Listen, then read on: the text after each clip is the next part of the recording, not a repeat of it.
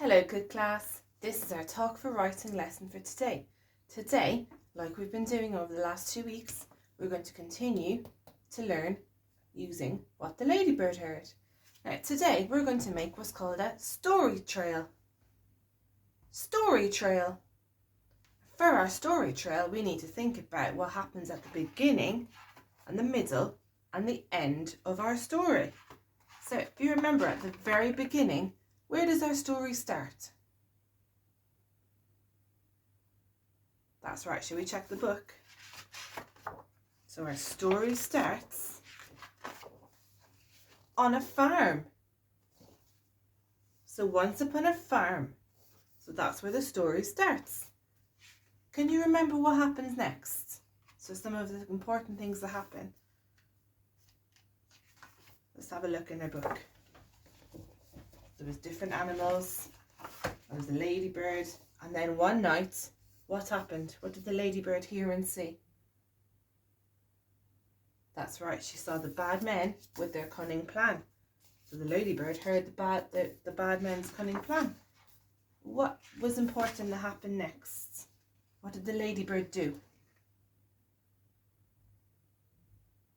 That's right, she made a plan of her own, didn't she? So the ladybird's plan, she told all the animals about her plan. So that's what happened after that. And then what happened at the end? What happened to the bad men?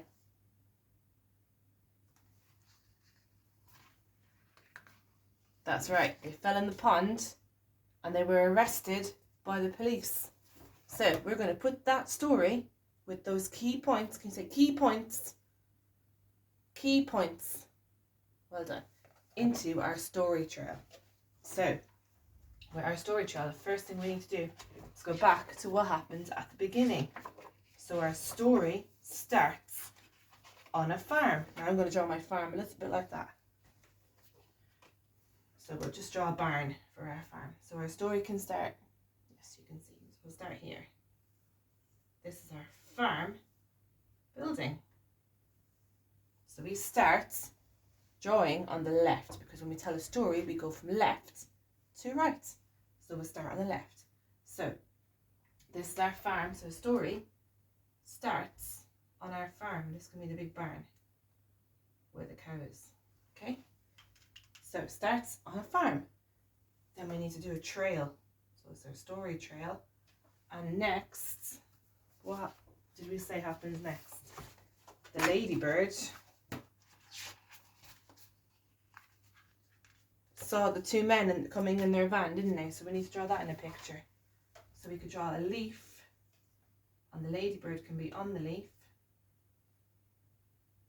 Should we draw her head?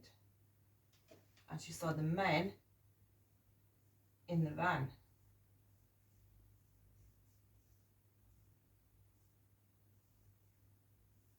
So that happened next. The ladybird saw the men with their plan. So first we were on a farm, then the ladybird saw the men in their van with their plan. And then next, what happened next?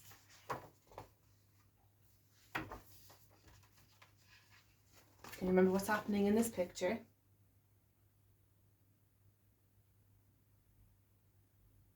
That's right, the ladybird shared her idea with the other animals. So we need to draw that in our next step. So the ladybird, this is the ladybird, told the animals. So let's draw some of the animals.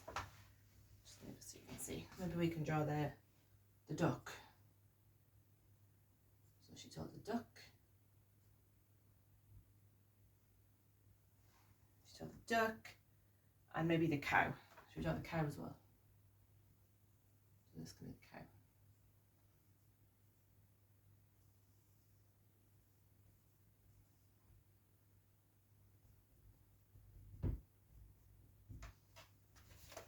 So the ladybird told the animals her plan.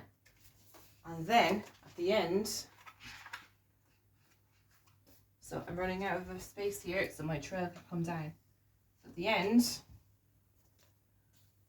what happened? That's right, the men fell in the pond. So this is the pond. These are the men. and they fell in the duck pond. So silly, wasn't it? Okay, so now we have our steps for our story trail. But if I don't know the story, it can be a little bit tricky to know what exactly is happening in the story. So what we could do is we could add some speech bubbles. Can you remember what a speech bubble is? Fantastic. A speech bubble tells us what they're saying. So maybe our speech bubble could come from the van.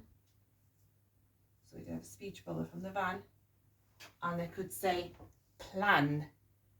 Plan. Ah. Oh, I'm just going to do my ah again because the pen was a bit thick. Let's do that again. Plan. There we go. So they had a plan. So the speech bubble from the men in the van says plan. You could even make it bad plan, or the men made a plan. You can write more in your speech bubble than just a word, if you're able. So we've added a speech bubble to help us know what's happening in the story. What speech bubble could you put down here for the men? Yeah, you could. You could say, ah, or we're in the pond. You can write anything in a speech bubble that they're saying. Now, and the last thing we could do is we could use our phonics to label some of the things in our story trail. So we could write bad men. We could name the animals using our phonics. We could write farm. There's lots of things that you can label in your story trail. So what I want you to do is, can you have a go at writing or drawing your story trail using the key points from the story?